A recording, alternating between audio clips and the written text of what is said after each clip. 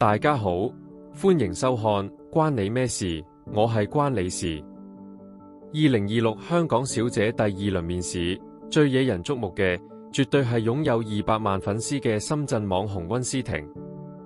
不過，當日現場發生咗一幕充滿懸念嘅畫面。當記者大膽追問佢有冇整容嘅時候，佢一邊淡定拍面話絕對冇。但當記者進一步要求佢即場捏下個鼻證實清白嘅時候，佢竟然一秒變臉，快步離開現場。到底呢個捏鼻快閃嘅舉動係下意識嘅心虛，還是一場精心策劃嘅網絡流量密碼？面試完之後，網絡顯微鏡網民隨即發動起底。唔睇唔知道，原來溫思婷自己喺2021年同2024年嘅舊片入面，就曾經非常大方地同粉絲分享過點樣用假空箭營造嘅曲線，甚至親口承認過高考完就到完鼻，入面有噴體。其實呢個時代，大家對醫美一啲都唔排斥，但前一秒網上拍片教人變美底層邏輯，後一秒喺鏡頭前拍面否認，最後被捏鼻要求嚇到快閃。呢種前後矛盾嘅反應，難免被網民吐槽係不打自招。想攞港姐冠軍嘅光環，睇嚟心理質素仲需要微調一下。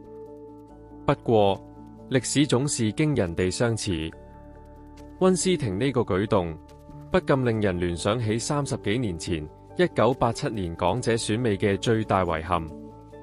當年奪冠大熱邱淑貞同樣係被起底指下巴曾經整容，雖然佢解釋係小時候受傷動手術，但最終頂唔順輿論壓力，無奈憤而退賽。30幾年過去，無論係當年嘅天然執念，還是今日嘅醫美時代，大眾對港姐真面目嘅審視依然好似顯微鏡一樣嚴苛。而就在6月16日，答案終於揭曉。隨着12位候選佳麗的入圍名單正式曝光，大熱門溫思婷最終亦冇得留低，無緣晉級決賽。這場轟動一時的捏鼻快閃風波，最終以網紅選手淘汰告終。到底是他的坦誠不夠，還是這場媒體與流量的博弈，他本身就已經輸了？你覺得面對記者嘅刁難，當初嘅快閃係聰明定係失策？網紅選港姐，今咪真係難逃見光死嘅魔咒？歡迎喺下面留言話我知。覺得今日講嘅嘢關你事？